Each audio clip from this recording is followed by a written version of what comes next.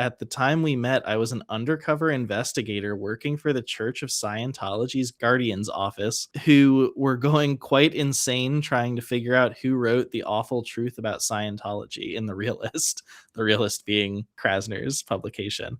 Imagine outing yourself to Krassner and it comes out in the Epstein files.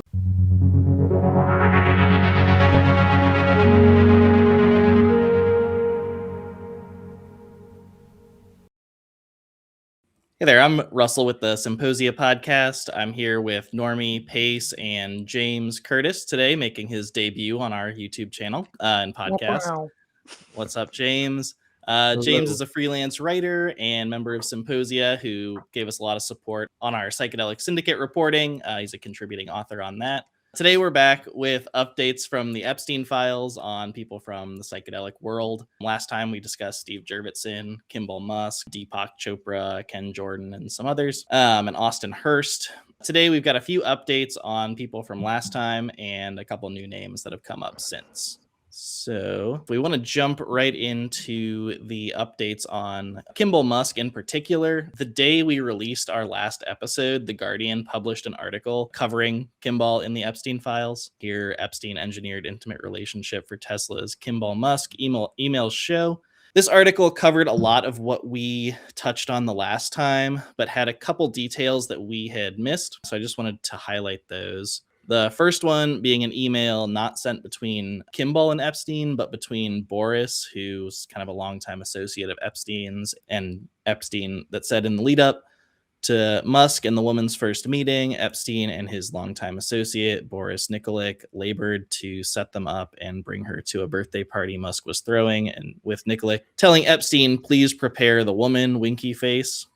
Super creepy. Jesus. And then the other detail that was in this article was just noting that this particular woman, through a lawyer over the last few years, has been speaking out, saying that she was trapped, coerced, and abused by Epstein while in this circle. So Kimbal Musk has put out statements about this relationship being consensual and nothing particularly strange. However, this woman has spoken out, not specifically naming Musk, but saying that while she was in this circle of Epstein's, she was trapped, coerced, and abused. So just wanted to bring those updates up since we discussed it last time. Yeah, and I didn't mention this, but TrueAnon, which has been covering Epstein files for 500 episodes now, did do some more excavation on Kimbal Musk and some of these relationships. So there's significant information over there about this particular relationship. And what was his fucking ridiculous statement that he showed up in the Epstein files so much because Epstein had signed him to his mailing list? And he had no association with that demon, that kind of language. Yeah. And then also Burning Man, had they put out a statement to say that Kimbal had notified them in January or something that he was stepping down? Was there some sort of and PR there's quite there? A bit of dissatisfaction with the sort of boilerplate organizational kind of response, in the sense in the sort of Burning Man community and forums about it. It's pretty unsatisfying. It doesn't seem like there's a lot of transparency in the first place about when this has happened, and also there's not a lot of acknowledgement of why people wanted to know. It's just hey, just letting you know Kimbal's not on the board. We thank him for his participation and support, and he's no longer associated with the organization, with no acknowledgement of the larger story. And again, we're not, we don't have all of the details, but what we do know, it doesn't look good. These Musks, they just can't catch a break. First Elon is lonely even though he's rich, and now this. Do you get lonely? Sometimes. Yep. All right. Who do we got next? So the next update that we have from our last episode is just some further details on Ken Jordan. Ken Jordan, being the founder of Lucid News, was involved with Evolver and the Alchemist Kitchen. Last episode, we talked about him sort of pitching the Alchemist Kitchen to Jeffrey Epstein. This is just kind of a further details on that pitch. Him writing, "Hi, Jeffrey. It's great to show you the Alchemist Kitchen on Monday and share how we see things developing in the area of environmental medicine. Our approach is indeed retail-oriented, as you mentioned, but for us, retail offers a strategic approach for entering a much larger space. And this was Jeffrey Epstein's like biggest critique of their business strategy, was like the retail was kind of all over the place. He says there's now a paradigm shift in how people experience their health in relationship to plants and the planet. Approaching this through retail, both in physical space and online, gives us a way to meet people where they are today and enables us to gauge how best to move them ahead on the environmental medicine path. In parallel to what we're doing in the store, we're seeing more practitioners like Bayer who are prescribing herbal remedies to their patients, and more scientific research in the efficacy of whole plant remedies for health and wellness. This shift is largely cultural, inspired by a change in perspective about how people choose to live a meaningful life. Education and community are a big part of it. That's why at Evolver, we give so much attention to workshops, events, online learning, and publishing. The mainstreaming of psychedelics and the legalization of cannabis are also key parts of this overall trend. If you'd like to explore this territory more deeply, I could bring some together some interesting people for you to speak with. Best regards, Ken. Oh my God, it's just such new age, like psychedelic slop. It kills me. It kills me, the language that like all these wellness groups in the space use. In response to that, he said, thanks, am interested to hear more. However, retail is detail. I can't see the current inventory space arrangement resulting in profit. Not enough items, not easily read, too many categories, food, drinks, dessert, i.e. supermarket, restaurant, Wi-Fi cafe, meeting, bar, health, bath. Signs need to be larger. People don't like to move. So I think on the last podcast that we did, I had speculated that it seemed like he was pitching, based on the emails that we read last time, that it seemed like he was pitching the Alchemist Kitchen to Epstein. And then we ended up finding these emails, and in fact did. Yeah, I think there was a follow-up to this Gino guy to Epstein. They were sort of all on a chain. There was like introductions going on. I think Deepak Chopra was there. Pinchbeck was in that chain. And I think it was Gino who had said something like he was responding to Epstein. So it was outside of this specific chain, but they were talking about how to propagate the environmental medicine meme. Gino, like we talked about last time, was kind of like a connector of Epstein to a lot of these like woo-woo kind of territories. I mean, given some of the conversations around Jeffrey Epstein's intense interest and investment in eugenics, like conversations with a group called Evolver is a bit cringe, but yeah.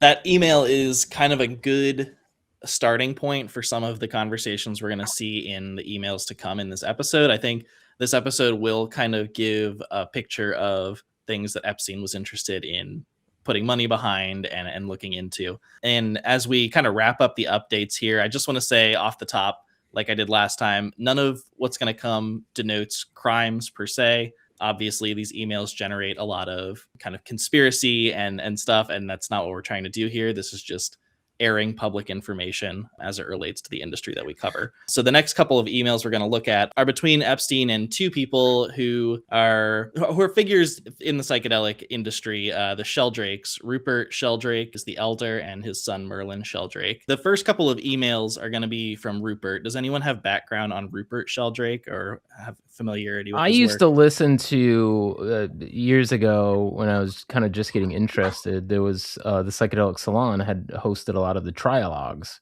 which were conversations back. I don't even know when they were from, the late 80s, 90s, or something like that, between Terence McKenna, Rupert Sheldrake, and Ralph Abraham. They were always interesting. When you're kind of younger, though, they were always filled with woo. Like, I think Rupert Sheldrake had some concept called what was it? The morphic resonance. The basic idea I'm suggesting is that there's a kind of inherent memory in all kinds of animals and plants. Each species has its own collective memory. So each member of the species draws on this collective memory and in turn contributes to it. The instincts of animals, for example, the behavior of cuckoos, the spinning of webs by spiders, are like a memory, a habit of the species. This inheritance takes place by the process I call morphic resonance, by a kind of invisible, intangible memory. a kind of resonance between present and past organisms of the same kind. The same theory helps explain how our own memory works by a resonance between our own past and our present states. It leads to the idea that our memories aren't stored in our brains, but that we're tuning into them by this process of morphic resonance. Rupert's notions revision causality. That means induct you into an entirely new way in which things happen. And this is, after all, where we're all spending a lot of our time. The models that Ralph is working with show that the world is not an engine running down toward a heat death, but a tremendous kaleidoscope of unpredictable, creative, open-ended activity on every level. I mean, it's really a dazzlingly kaleidoscopic vision. It's like... It's not what most people would consider the scientific. I think it's kind of default pseudoscience. He's kind of I mean, and that's, if you look him up, the first thing that comes up is like his theories are contested as pseudoscientific and parapsychology and like telepathy kind of research, to the point on the trialogues between Sheldrake, McKenna, and who was the third person? And Abraham. I was thinking about them the other day as like proto sensemaker content, which sensemakers being this kind of group of kind of like YouTube talkers that came out of like the content from Rebel Wisdom. And they have this kind of yes and approach to like philosophical discussion where like you sort of steel man everything the other person has to say and just have this dialogue that goes everywhere and nowhere all at once. How do we enter this post-conventional communitas, coherence, whatever it would be, without the moment the peak of it wears off, reverting back to game A, power structures and game theory? So this is what I was trying to say earlier, but I'll say it again, but I think maybe more effectively. So when you think about, we've got the concept of game A. So when you think about game A, there's two pieces to it, or two aspects or elements. One element is, let's just call it society. And the other element here is mind. Right? So there's a particular mind that you're running to be able to run the code of your society. And society is effective to the degree to which it has code that works and minds that run it well. Yeah, I feel like a lot of the like proto sense making or whatever that we got from like McKenna was more just like musings on potentials. And I feel like it kind of evolved into like, what if that became our whole thing, like our whole identity? And we just really believed everything we said with all our heart. I have to say, young me did enjoy listening as woo as some of it is now when you go back on it. I still did enjoy listening to McKenna's stoned insights and philosophy. Yeah, they're fun. Every now and it's then I hard to get in the deny. mood for them still. Like it's not, I think there was like right after I first tried psychedelics, I was like all in on them. And I was like listening to like all the Terrence McKenna talks I could find. And now it's kind of like when you start feeling like I really want to listen to this song I loved in high school. Like that's kind of when I return to it. Some of it still stands the test of time, and most does not, in my experience. Yes. Exactly. Still sounds good in a DJ set, though. If you pop a Terrence McKenna line into some electronic music, it works. That is true. All right. So what did he say to us? All right. So the first email we've got is between Rupert Sheldrake and Jeffrey Epstein. This just kind of gives an example of some of the back and forth between them. So if you start at the bottom and work your way up here, Rupert Sheldrake is passing on some links to Jeffrey Epstein on some open science website stuff, a brief overview of the state-of-the-art low-energy nuclear reactions, rather surprisingly from Brockman's website, just off to the Steve Reich concert. Epstein responds, likewise, by the way, Gelman did not dismiss telepathy. He said that if it existed, it would have a scientific explanation and maybe needed a new theory. To which Sheldrake responds, "Good to know about Gelman. I agree with him. Yes, it needed a scientific explanation and a new theory. I think my own morphic field theory of social groups could help explain it." So I think this is just some background on the kind of conversations that were happening between the two of them. They're sort of just discussing their parapsychology like takes with one another on telepathy and morphic field theory. Uncovering the secrets of the universe. And then I think the next one down, I think, is just some more kind of context there on funding and the things that they were discussing about funding in the sciences. So Rupert Sheldrake in 2016 reaching out to Jeffrey Epstein saying, "Good talking with you yesterday. I have summarized and developed some of the ideas we talked about for the U.S. science funding in the two brief documents attached, one on wellness research and the other on funding innovative science." So Sheldrake was pitching Jeffrey Epstein on funding wellness studies and what he described as innovative science. Did you guys listen to Bannon's the 2-hour 60 minutes prep type interview? Yep. What I could stomach of it. With Epstein, yeah. What blows me away is just how this guy was able to like weasel his way through his money, was able to weasel his way into like all of these, you know, elite science circles at MIT, yada, yada. And you watch that, and that conversation just devolves into, I guess my word of the day, slop, but it just devolves into like absolute slop science. It's like this rundown of Newton, and it's a very superficial conversation that I think after I listened to that, I was like, holy shit, what a charlatan this guy is. Like, he really has no grasp on any of these things. It was so apparent that this was Bannon trying to, I don't know, what do you think of it, Pace? Like Bannon trying to pass this guy as some sort of scientific genius. I mean, there were many, many times where Bannon, is bigging up Epstein, calling him the greatest financial mind in the contemporary time. Bannon is clearly producing this information to try and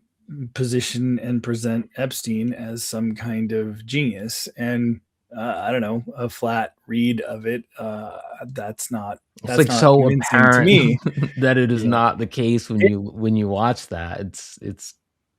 Epstein is a person who's well connected because he has money, and he was a human trafficker who catered to the needs of depraved billionaires and others who he wanted to compromise and co-opt. And that is lucrative. And if that's a kind of financial acumen, okay. But it's certainly not how Bannon was trying to position him as some kind of person with unique insight on the global economy who, should have been not sitting on the bench in a jail cell during the global, financial crisis. That was kind of the story that he was trying to spin. But it's like all of that falls apart when you sort of see Epstein for who he is, which frankly, I don't think we have yet fully. The science portion of that interview, like after listening to that, I'm not surprised that there was some sort of interest in Sheldrake's morphogenetic field. Sure. At all. There's audio, that's been shared of Ehud Barak, a former government official in Israel who appears to have been like besties and business partners with Epstein, and they are discussing essentially eugenics, talking about the wrong sort of people, not giving enough to the next generation, not producing enough children. And unfortunately, these kinds of views are actually pretty common among wealthy right-wing people. Like, what do you know? The people who perpetuate this awful hierarchical exploitative system, easily rank and grade people on arbitrary criteria. And based on the emails that I've been just kind of seeing between him and people in the psychedelic field, and that Steve Bannon interview that kind of It goes from economics to like strange science. It just seems, fringe economics, fringe science, fringe, like all of that. He was sort of a purveyor of. Another like kind of research project he was interested in getting involved with was another Sheldrake's project, Merlin, the son of Rupert. So the next email that I've got here is the intro of the two of them kind of being connected by Rupert. So Jeffrey writes to Rupert Sheldrake. It's been too long. Peter Fenwick suggested that Merlin's work on plants would be something I would like to see. Please have him send me something. Hope you are well. To which Rupert responds, Dear Jeffrey, thanks for this. There's a good article about Merlin's work with mycorrhizal. Mycorrhizal. Oh, mycorrhizal fungi. Yeah, in tropical forests in the New Yorker. He shares a link. We're about to go off to an island in Western Canada where we habitually spend our summers. More on that later. Merlin will be staying on in London until the end of the month, then come out there too. I'm copying this to Merlin so that you can be in touch directly by email. Jeffrey responds, Merlin, if you have some time, let's Skype. I'm funding plant research currently at MIT. So we've talked a little bit about Rupert Sheldrake. What do people know about Merlin Sheldrake? I mean, he wrote a famous book called Entangled Life. He did postgraduate work on tropical forests and their relationships, underground mycorrhizal networks. These are symbiotic fungi that do a lot of really important stuff that Merlin, has studied extensively and written about, I think well. And to my knowledge, Merlin Sheldrake is involved as an advisory board member at the Fungi Foundation that has a lot of sort of well-known names in mycology associated with it. And they have a broad mission to sort of elevate fungi and fungal conservation around the world. Yeah. No, I mean, I've read Entangled Life and I really enjoyed it. Like personally, I've recommended it to a lot of people. I think like Pace said, like he's written well about a lot of these things and kind of introduced the mycorrhizal like network to a lot of people who haven't necessarily thought of the world like that before. And so I think that that's been really cool to me. Like I know I've personally recommended the book. I don't know if I will necessarily much more, but I know that I have. Yeah, it's got a lot of good reviews all across the internet and whatnot. The reason his name has come up recently in some reporting is the next email here, which is him responding post being introduced by his father to Jeffrey Epstein, saying, just to let you know, I've been thinking about I think it's supposed to say electric fungus project we discussed on Skype. It is a very promising and exciting line of research. Have been in touch with a couple of key collaborators who are very keen to take things further. Are you serious about those 100 Gs? If so, I'll keep rolling with the inquiry.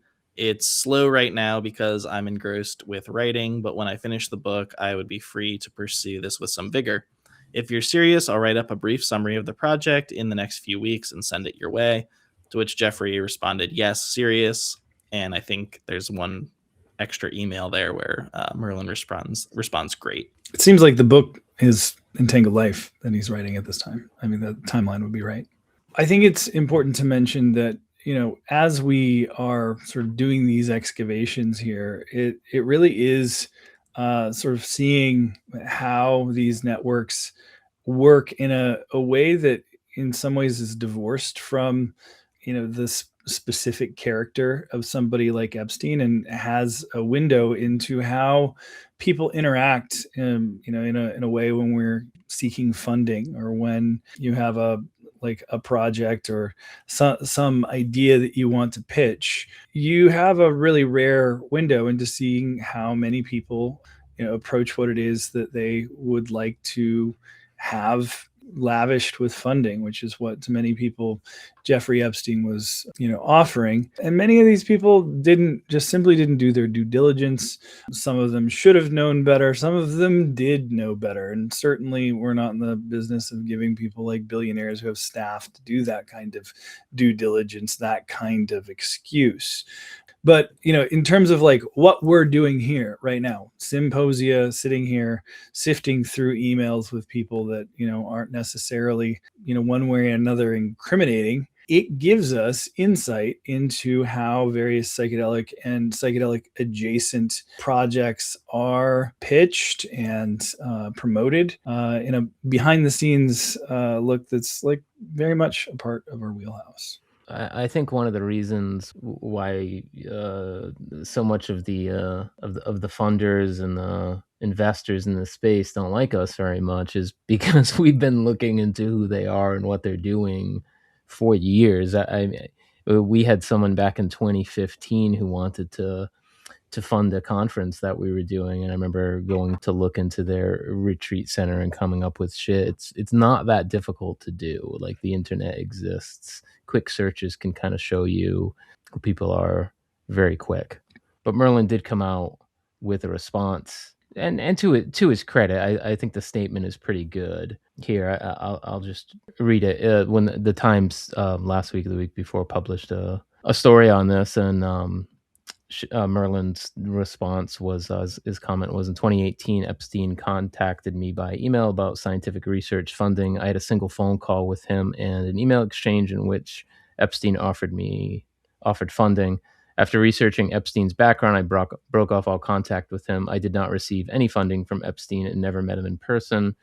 I am sickened by the pain and suffering Epstein has caused and hope that the release of these documents will help lead to justice for the many he has harmed.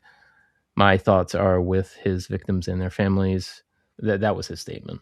I would just say that, yeah, that actually that's a good statement. That's how sort of a normal functioning human being who does their due diligence would respond to that kind of overture. He was introduced by his father.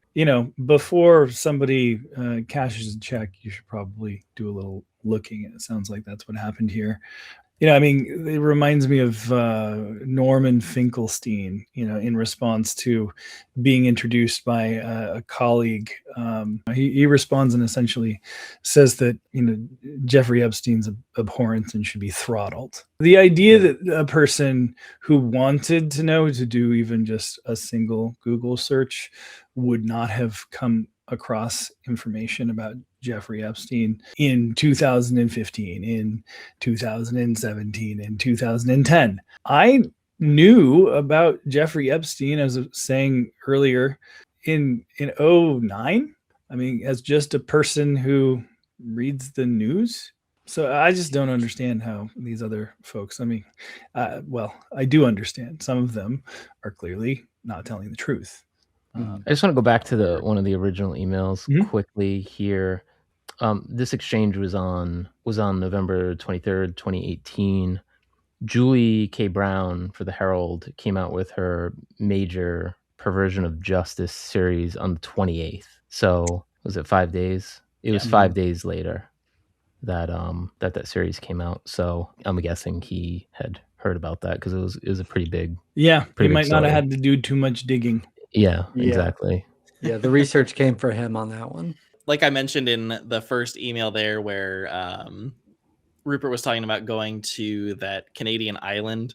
The next couple of exchanges are going to relate to that, just because we have some background on it, and I was sort of surprised to see this island come up in relation to the Epstein files. So the next couple of emails, this first one, just highlighting where they're talking about it. So Rupert Sheldrake was asked if he has any plans to visit the States by Jeffrey. He responded, no, just Canada, where we spent the summer on a remote island in BC. The next email here, he also talks about, towards the end here, we're off to Canada tomorrow and away for 2 months on a remote island in BC.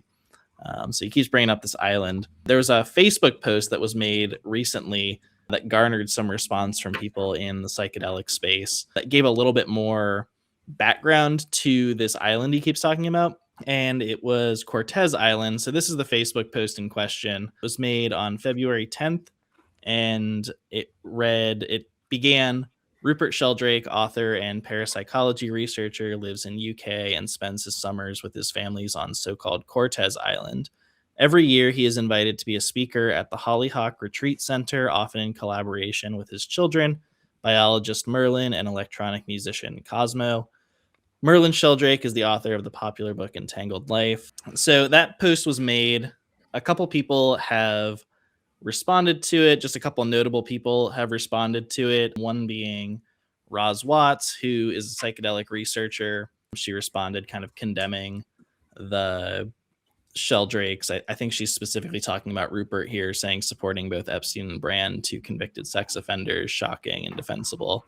I believe Rupert Sheldrake gave Russell Brand a platform, if I remember correctly, on a show to discuss God and science and things like that. She says she hopes Sheldrake will make a full apology, address it, etc. Another person responded to say there are several Cortes Island residents and visitors mentioned in the files, even if there isn't evidence for crimes, being a part of the elite upper class and associating with these people has always been immoral. Many people have written books about mushrooms, and there are many mushroom scientists. There seems to be only one mentioned in the Epstein files. My dad isn't mentioned in the files. None of my dad's friends are mentioned at all, but my neighbor's dad is. The super elite come to Cortes because they are welcome and comfortable here. I'd love to see more people make them feel less welcome. They are not normal people. I am not serving anyone whose name is anywhere in the files. I'm not serving billionaires this year and am considering a $1,000 fee for anyone with the top 1% of wealth. This is only $10 million in Canada. How many people live and come here with this kind of wealth? A lot more than 1% of our population. I believe that is a produce and cidery company on Cortes Island. And why that's relevant to us is because Cortes Island has come up numerous times in our own reporting. Of particular note, the phase 2 trial participant who was abused by the co-therapist team, Richard Jensen and Donna Dreyer, was essentially taken to Cortes Island to live with them after the trials, after her trial period concluded. That was brought up in a lawsuit where you can see here Cortes Island is mentioned by name. And then I also reported on this abuse in 2019 and discussed someone named Richard Ingrassi, who was a big name in psychedelic research for a long time. He gave testimony when MDMA was being scheduled and was kind of one of the big names in bringing back psychedelic research. He was charged with malpractice after sexual abuse was alleged against him. And I wrote that the charges of malpractice were dropped after he resigned his license, and he went on to co-found the Hollyhock Lifelong Learning Center in British Columbia on Cortes Island. It was just kind of a notable surprise to see that come up in relation to people in the Epstein files here. Yeah, there's a big fucking weirdo community on Cortes Island. A few years ago, Maps Canada did a retreat there when we were reporting on some Maps Canada stuff. The Ingrassi allegations are pretty vile. His former patient saying that she had cancer, and that he was saying that sex with him would heal her cancer while he was overseeing therapy and giving her MDMA. Pretty dark stuff. Yeah. Cortes Island just repeatedly comes up in relation to these strange characters in the psychedelic world. I think it's an area that, I'd love to see more journalists or interested in the space dig into what's happening on Cortes. It's come up way too many times at this point of shady fuckers living and operating there and gathering there. Yeah, it's just notable that like at least 3 therapists have basically like fucked off into oblivion to Cortes Island after like sexual abuse allegations came out against them. It almost seems like it could be a safe space for them. Mm-hmm. Yeah, awful high crime rate for the safe haven of the rich and wealthy. Yeah.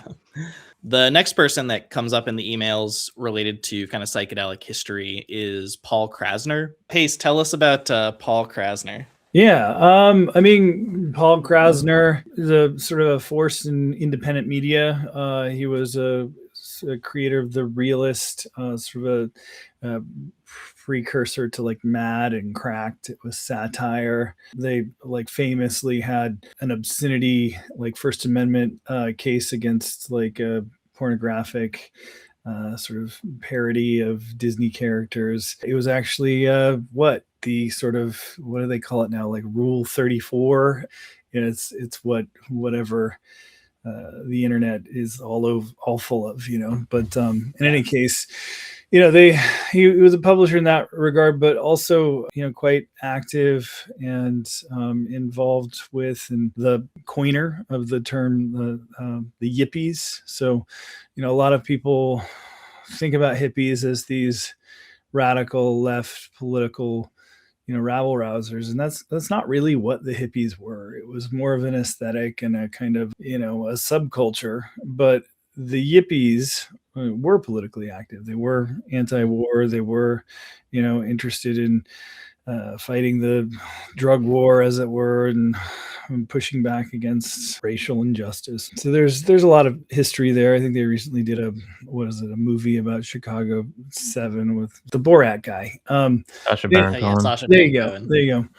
But yeah, I did meet Krassner, before he died many years ago, and had a chance to sit down with him and interview him and ask him some questions that were interesting to me. I may have mentioned some of it at one point or another, but he was somebody who was rubbing elbows with a lot of the sort of psychedelic people that were active back in that era. He's kind of a merry prankster, right? Well, he was actually a member of that, so he was tripping hard. So he had access to LSD and gave it to many people. Yeah, so that's Paul Krassner more or less. He went on and did some comedy and that kind of thing in his later life, but passed away I think in 2019. Yeah, and just based on like my scrolling of his mentions in the Epstein files, it looked like he was connected to Jeffrey Epstein when he reached out to a lot of his friends to help pay medical bills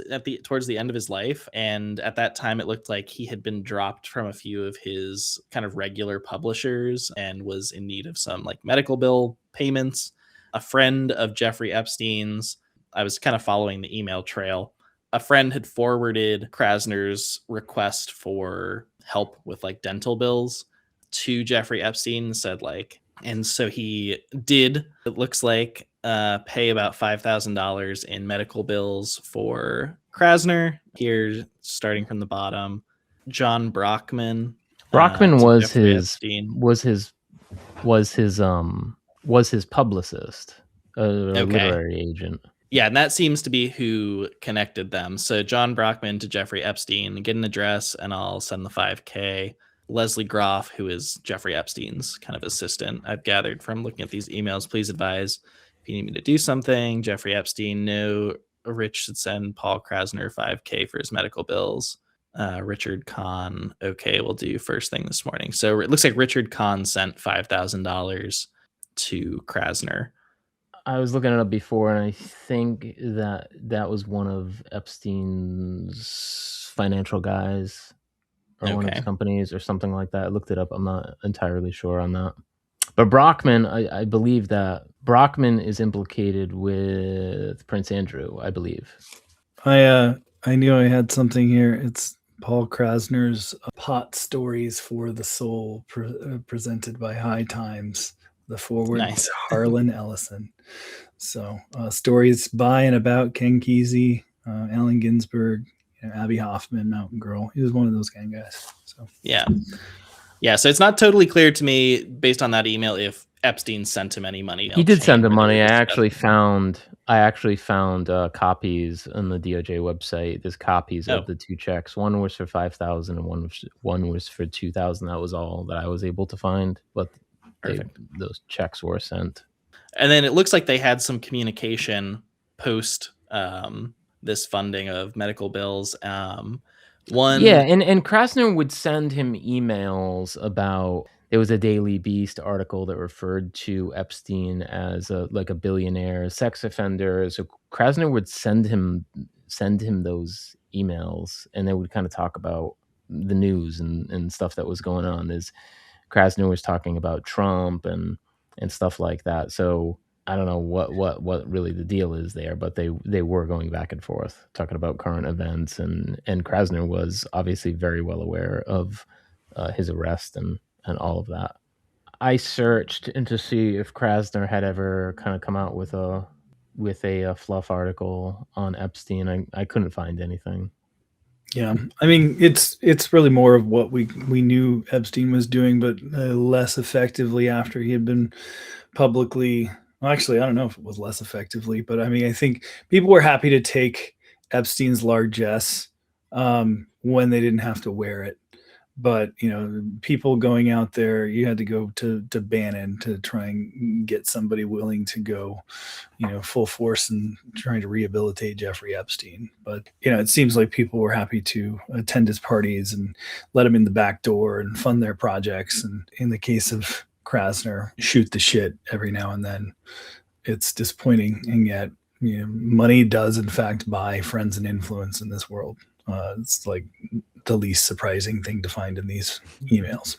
Throughout looking at the Epstein files, a lot of people send Jeffrey Epstein like forwarded private messages between themselves and other people.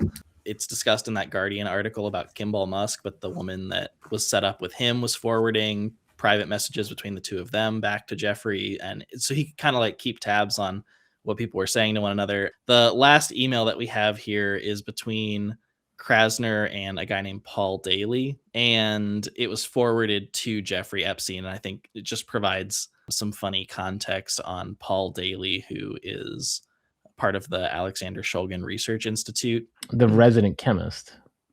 The resident chemist of the Alexander Shulgin Research Institute. Alexander Shulgin being big name in the psychedelic space, kind of the father of MDMA, publisher of P-Call and T-Call. If anyone's familiar with those, just publishing tons and tons and tons of different psychedelic Pretty drugs. Familiar. Yeah. So again, this is an email that Paul Krassner forwarded to Jeffrey Epstein that he received from Paul Daley, the resident chemist of the Alexander Shulgin Research Institute. And the reason we're reading it is it just provides some interesting historical context, some interesting historical footnotes to people in the psychedelic space. So Paul Daley wrote to Paul Krassner, "Hi there. We met in roughly 1975 when you were living in San Francisco. I took a series of photos of you and ran across this one just recently. I thought I had one of you standing in front of the sign saying stop when flashing that I thought would be memorable, but haven't tracked it down. In the spirit of your button, come clean, I wanted to tell you at the time we met, I was an undercover investigator working for the Church of Scientology's Guardian's office, who were going quite insane trying to figure out who wrote the awful truth about Scientology in The Realist, The Realist being Krassner's publication. I failed to get that from you, but we did smoke a joint together, and that was happily the start of my gradual exit from the church. Drove them crazy. Long story. I've always admired your spirit and read your recent alternate piece on Manson with some fascination. I was wondering when Patty Hearst was going to pop up. Anyhow, embarrassed as I am about the circumstances of our meeting back then, I was able to leave that outfit in the nick of time, running a medical cannabis lab now, and I'm the resident chemist at Sasha, inventor of ecstasy, Shulgin's lab. Long, strange trip. Best wishes, Paul Daley." Imagine outing yourself to Krassner and it comes out in the Epstein files. I think one of the interesting parts about this is that Maps the other day had just released a like a little what are they doing? Some kind of promotional video that has Hamilton they've got Morris like and Reggie Watts in it with Paul Daley. Yeah. I had watched that video before reading this email.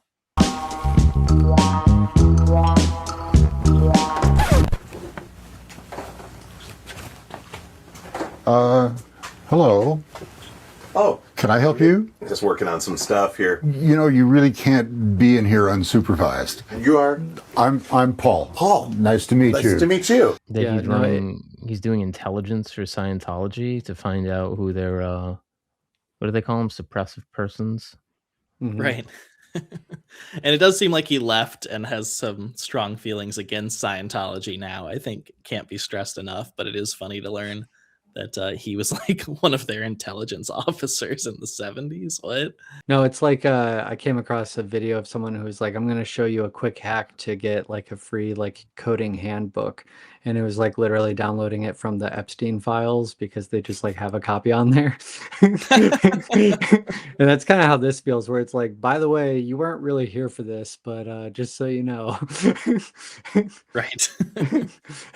Just the strange like footnotes of history that are being discovered in this like trove of emails is bizarre, to the point of like it seems like every industry or every niche has some random bizarre little bit of trivia that's coming out of these files. There was a good write-up on this from the Substack, The Underground Bunker, that was called New Batch of Epstein Files Unmasks a 1970s Scientology Spy, and he talked to us. So they did a little interview with him. It's a good write-up if you want to read more about this. But that is kind of all I've got from this batch of Epstein updates. Does anyone have any closing thoughts on anything we've reviewed today? I am kind of surprised at the lack of psychedelic mentions, and I know there's a drug list that's going around, but I thought there would be more than there is, given his, there's a lot of like ayahuasca retreat type stuff. I found someone today who was texting him like the day before he was arrested saying, "Hey, Jeffrey, you should do an ayahuasca retreat." Yeah, I'm just kind of surprised, just given his sort of, I don't know, woo interests. And kind of I figured there would be more. Yeah, I figured there would be more in there. If you think about the timeline of his downfall in the late like 20-teens, it kind of aligns with the upswing of the industry. So it was like, had he not been arrested and died, I think he probably would have continued, because you see the seeds being planted through these emails where he's being forwarded Peter Thiel investing in Compass Pathways and Atai. You see Michael Pollan's stuff being passed to him, chatting with Deepak Chopra, all these people who got kind of really popular in the like quote unquote psychedelic 20s or whatever were all showing up in mentions and links in his inbox.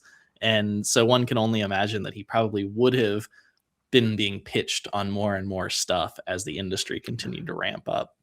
Yeah. I think that's good insight. I agree with that. I also feel like a lot of the psychedelic people that have shown up after they've already been kind of to like an elite level tier, and after psychedelics were already a little bit more normative. And I feel like it's harder to, I mean, this is theory because I've never tried, but I would imagine it's harder to con somebody in the psychedelic underground into committing acts that will then be blackmailed and used against them, because I feel like they just have more of like a radar up for like someone's gonna try to get me. I feel like a lot of the ones that we have seen are like people who are already to the point where their viewpoint is more like the law can't or won't do anything to me, and so they're already just kind of like guard down, mask off, like out there. Yeah, I'm already either rich or have like some like guru like esteem, and going back and forth with this sort of wannabe guru Jeffrey Epstein. Yeah, which, you know, to your point, Russ, like there's a lot more of that now in the psychedelic industry than there was when Epstein died. There's a lot more people who are guard down and kind of thinking that they're untouchable now, I think. Well, maybe a good place to cap it. Thanks for tuning back in for Epstein updates from the psychedelic world with us. If any more come out, we'll surely hop back on. This will probably be our last. If anyone has any other good tips, I think we've searched quite a bit at this point, but if anybody has any emails or documents that they found, shoot them over our way. I'd be curious if there's any other bigger names or investors or politicians or anybody like that. If there's any drama or intrigue there, be curious to look at them. All right, signing out.